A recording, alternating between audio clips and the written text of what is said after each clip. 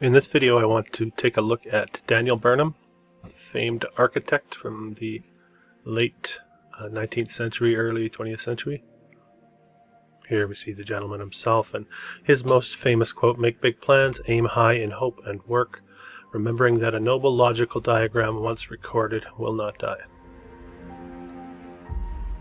So let's have a quick look at the backstory before we get into some of the visuals. So this is from Botanica.com, link will be in the description. They'll walk us through his early days here, date of birth, the date he died, what he's known for, instrumental in the development of the skyscraper, and was noted for his highly successful management of the World's Columbian Exposition of 1893. So we'll see some photos in this collection from that exposition. And they kind of walk you through a mysterious early years, 6th of 7 children. Parents were members of the Church of the New Jerusalem, or they were Swedenborgians. I wanted to have a quick look at this. I'd never heard of that before. So I did find an interesting link. William Blake, the famed poet, was apparently one of the followers of this gentleman Emanuel Swedenborg. What do they say? Mystical thinker, a very sort of mystical occult, not what you would consider at the time to be a mainstream religion. You see here some of his followers: Goethe, Coleridge, Emerson, Balzac, Baudelaire, Whitman, Melville, Henry James, and then William Blake here. So interesting little blurb. I've never looked into or heard of that, so I thought that was interesting. I thought I would just quickly throw in a bit of William Blake's work. Interesting. "I'll be an angel, rose upon the stone of night. He saw Urizen on the Atlantic, and his brazen book that kings and priests had copied on earth, expanded from north to south." William Blake's got all sorts of what you might call occult or esoteric style visuals and poetry. But we'll leave William Blake's work for another time, and we're going to get into now many of the buildings attributed to Daniel Burnham. We'll start with a couple of what we consider early skyscrapers. And we're really getting into these. I've mentioned it in some of my previous videos. I'm getting into these rectangular shaped buildings. A lot of them are hotels or office buildings. I think they served a specific purpose in the old world. Hard to say what, but like I said, they don't have the flair on the top that a lot of the other buildings do. What we might call it antiquitech, or at least not in that style. And I'm finding it important to include in many of these some of the interior shots, so you get a sense of the splendor of these buildings and how implausible it is for them to have been built in the time period that they say.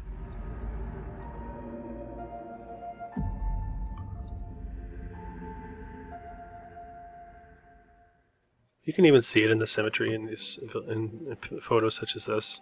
Look along the top here. That's perfect. This is flawless work, impeccable, and many of these attributed to the final decade of the 19th century or the first decade of the 20th century.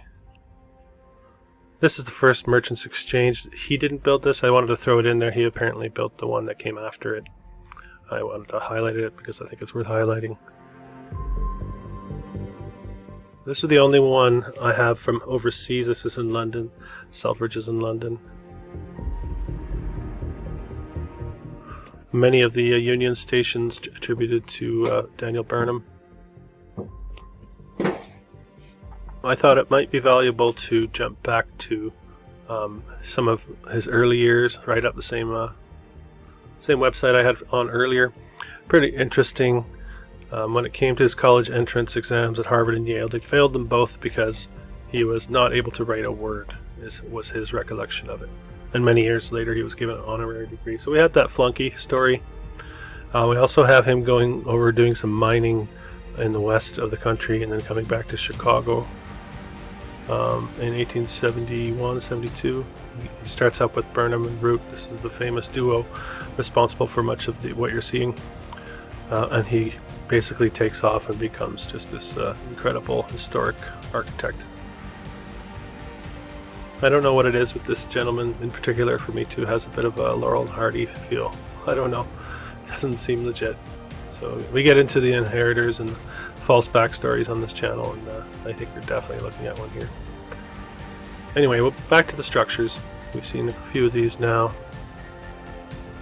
I think a lot of these were in existence and have been attributed to this gentleman or this duo. And you'll find that across the board as far as architects go. Just throw a whole bunch at them. It's totally implausible to the timelines that these gentlemen would have needed to design these buildings. This is the interior of the Orchestra Hall you saw just previously. It also does mention in that write-up that Burnham was in particular responsible for the interiors, designing the interiors of a lot of these places. This is the Sidney Kent House, Chicago, I do believe. And just a quick view of the Chicago World's Fair. This can be found. Many people have done deep dives on the Chicago World's Fair. Definitely worth looking into if you haven't. The narrative making no sense. This is what I believe to be the major hole in the dam that has burst this field of research. How implausible it is. And Chicago sort of kicks it off, but then of course you get all the other World's Fairs. If you've heard of Howdie Mickoski, he wrote a book on the World's Fairs and how implausible the timelines are for construction. It's definitely worth a look. I'll throw a link in the description of his stuff. Here we're in Baltimore. So a lot of these buildings from all over with similar look being attributed to Burnham and Root. This is Ellicott Square building in Buffalo. This is really something spectacular. I don't know if you can tell, and it apparently still stands. These are all faces up here. And these are all lions' heads. Apparently these are all removed. This is now just some flat sheet metal, hideous. So some of these old buildings, hard to really get a sense of the splendor from the photographs. Here we have a little look at the front entry. Give you an idea of the type of detail that our good friend Daniel Burnham was designing into these buildings with his eloquent taste.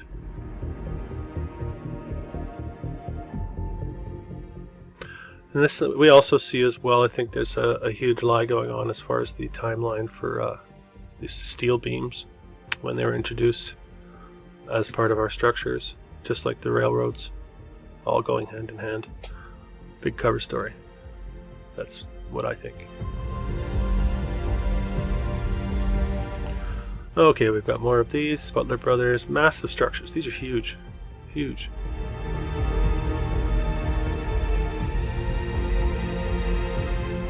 There he is, the man himself. Genius mind, Daniel Burnham. Of course, he wasn't exclusive to skyscrapers. He's also into building or designing, because he's not the builder. Designing an armory. This is an interesting look at what lies underneath a lot of the veneer of these buildings. You have that red brick core. A lot of people have mused on the reasons red brick was used and how it was realm-wide, and we get into the whole devastation narrative, frying at the grid. Everything was just built like that,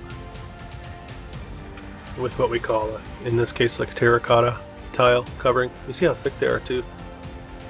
That's interesting. I thought this one would be worth showing. This is some work they're doing on that building, the Hayworth building in Chicago. So Marshall Field's building. You don't see anything like this these days. Look at the detail in there, right? This is the type of thing you would think you would work effortlessly to preserve, to make sure all these things stand the test of time. There it is. Again, like I mentioned, massive structures. One of his early ones, the Stockyard Gates in Chicago, cutting his teeth for the armory, of course. And we have a quote: "Remember that our sons and grandsons are going to do things that would stagger us." Like uncover the truth.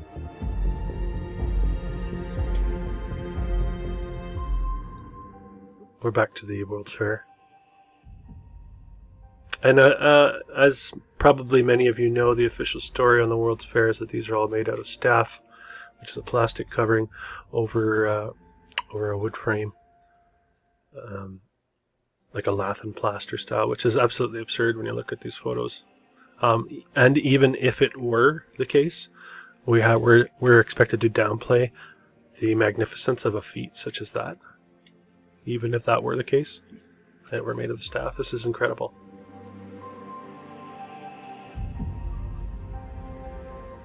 No shortages of statues. Unbelievable. See all the people up here? Right, there's obviously a structure involved, and it's definitely going to be those beams that you saw, like in the previous skyscraper, steel, wrought iron, whatever it is, iron. Looking very much like a Capitol building there. So I didn't want to harp too much on the Chicago World's Fair because there is so much out there, but it's definitely worth including. Like I said, or suggested, it should make your mind sort of pop and then question the official narrative. And it's really what got me going is the World's Fairs, and then I realized, oh wait, it's not just the World's Fairs, it's everything. And we just got to peel back the layers. And here's sort of an aerial view of what the World's Fairs were intended to look like. Alright, Chicago Fisher Building again. I'm giving you some close-ups and some modern days just to give you an idea of what looked very rectangular and somewhat plain in the postcards. I have all this going on all the way up, and the number of stories as well on these, and how it doesn't diminish. It actually, typically the splendor increases as you go up the building, which is crazy. You can kind of see it there, but again, in these types of photos, it doesn't quite come out. Alright, another Union Station, Columbus, because why not? Right? How many buildings a year were this gentleman and his partner? How many were they designing? The timelines don't make sense. Some of these would take years to design. It's absolutely absurd. An absurd assumption that they expect us to believe. Like so many other things.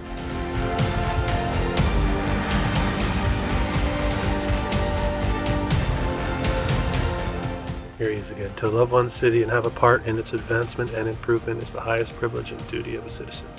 Oh, we thank you so much.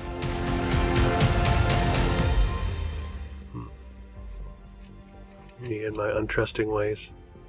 Cover story, Inheritor. That's what I'm calling it on this guy. This is the Postal Square building in DC.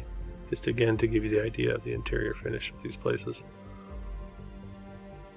Another Union Station, the Washington, D.C. Union Station, attributed to this gentleman. He's just knocking this stuff out of the park consistently. It's easy. At this point, it's easy for him. Right? Look at the floor, ceiling. It's the symmetry. The symmetry. And then there's one thing to design a symmetry, and there's another thing to build it and maintain that symmetry. And you see that flawless perfection in these buildings. And having been on the builder side of the equation, the pressure that these guys would have had to have been under to perform, and with so few tools, again, it's the whole logic is out. It flies out the window. It just doesn't apply. It doesn't apply at all. And then you have to couple that with the fact that these buildings were going up everywhere, all around the same time. Like shooting up, and you have the populations of these towns doubling and tripling over the span of from 1870 to 1910, over a 40-year period, and the whole cohesiveness of the architecture and how everything's put together, it doesn't change or fall off at all. So it's just I don't know, not buying it. Oh, this is in Buffalo. Glass panes in the ceiling. You see the glass panes having this etched look. Remember, 120, 130, 140 years ago, depending. This is the Ellicott building I mentioned earlier. They had all the faces along the top. Here's one of the faces. There you see the modern day what we call tin siding or tin roof, put on to conceal, obviously, the ornate decoration that was there. No doubt under the guise that it was falling apart. Here it is again. So we saw one of these faces, and then that's just all been covered now with some flat tin. It says it all, sums it up nicely. Just came across this one as well. I'd never heard of it before. Filenes. Anyone know how to say that? In Boston, department store. Unbelievable. You get a sense here of the detail. And then here's the street view. It's just really the awning, the entry awning to get in. This is looking very much original. And there on the side, we have this action going on, and the columns, which look like a bit of the fasces. See, like they're bound up rods. And this is being in a different color. I don't know if that's copper or if it's just the look. Very interesting building. Got some bells here as well. Look at that. Well, on a department store. We'll see some other strange things in the department store here coming up shortly as well. Very famous building, the Flatiron Building, right, Burnham. And this one again, I mean, you can kind of see the texture on it, but then you get up close to it, and then you get a sense of what's really going on here. And no square inch has been... It's seamless, actually. If you look, I mean, it's not seamless. Okay, you can see a seam there. You can see a seam there. But it's all very, very nicely fitted together. All right, gimbals with the walkway up above in the air. This looking very old at this point in time as well. There's gimbals.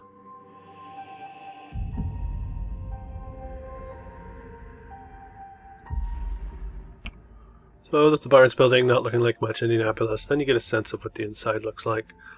And again, and I suggest that most of these buildings were decked out in such a way.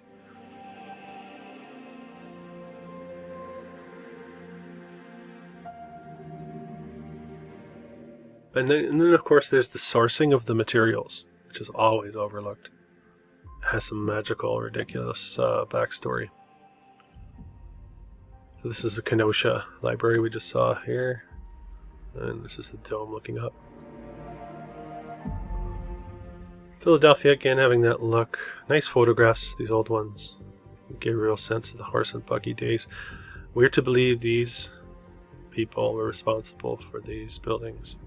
How many stories are we looking at? 1, 2, 3, 4, 5, 6, 7, 8, 9, 10, 11, 12, 13, 14, 15, 20 plus stories? My God. In the horse and buggy days?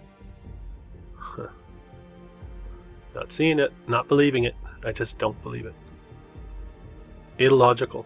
The logical part of my brain says nope. Doesn't make sense. Their little spell over our perception is wearing off. Gotta shake it off, folks. We don't need it. Never needed it.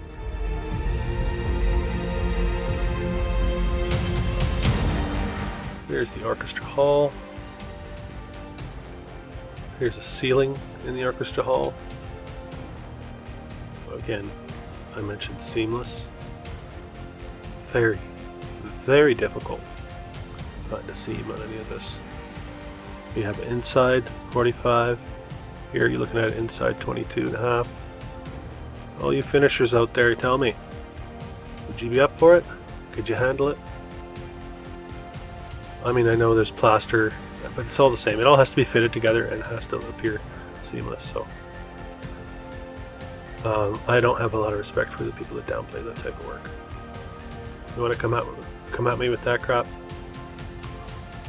I'm going to suggest that you've never done that type of work before. You don't have much to stand on. Okay, Wanamaker's, Philadelphia. Oh, whoa, we have a pipe organ in a department store. This place had a pipe organ. Does that make any sense at all? Anyone want to explain to me why you would have a pipe organ in a department store? Ooh, we have the Union Station now in Pittsburgh. All the Union Stations seem to be the work of Daniel Burnham. This is incredible structure as well. There's the inside of the dome. I featured this in the train stations video previously. And now we get to First Union Trust building. Not the work of Burnham, we are told, but replaced what Burnham had built there, which I could find no trace of. So I decided to feature this building because it's absolutely absurd. It's absurdly magnificent. I hope you get a sense of the detail and ornamentation on here. This would be the dome looking up. All original glass. This is what it looks like in color. I don't know if that makes any sense to you guys and why you would build like this. It's incredible. First Union Trust, Pittsburgh. Might be worth its own video. And a little shot on the inside for you, in case you thought it was just an empty warehouse and they spent all their money on the exterior finish. No, not true. There was a lot of money to spare. And the inside is just as lavish, if not more, than the outside. Alright, coming to the end here. Oliver Building in Pittsburgh. I just wanted to show you again just the type of finish we have. There's the Postal Square building. I showed you previously some interior of that one. Hayworth building in Chicago. Look how big these are. Again, how many stories, right? So this gentleman, I think, is being used to explain away the existence of these skyscrapers that, what we're told, were all built at the end of the 19th century. But what I suggest is were in existence, and the Inheritors have come in and slapped a date on it and explained it away with these architects as the designers, thinking that we're never really going to care that much about our history or look that hard into it. But we do care about our history, don't we? And we care if we're being lied to. I'm not going to stand for that. I'm not going to stand for being lied to. San Francisco. Merchants Exchange. Check this out. Are you serious? We're looking at a carpet that mirrors the ceiling? That's a first for me. Very, very interesting. And I don't know. Maybe the carpet's new, but it's still a spectacular feature. A little bit more of the same building, just to give you an idea again. This is all marble. Yeah. San Francisco, still same building, interior, some damage after the San Francisco quake, 1906, which I suggest there was more going on than what they tell us there as well. Coming in a future video, we'll be diving into that a little bit. Again, showing you some of the details here.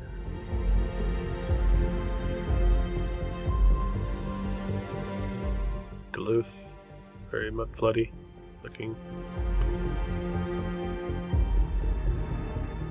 Again, showing you a little bit more of the detail that exists on these buildings.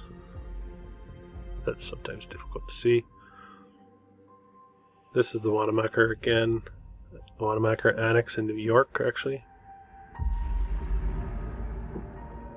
And this is a sort of a difficult to find shot of the interior of that building.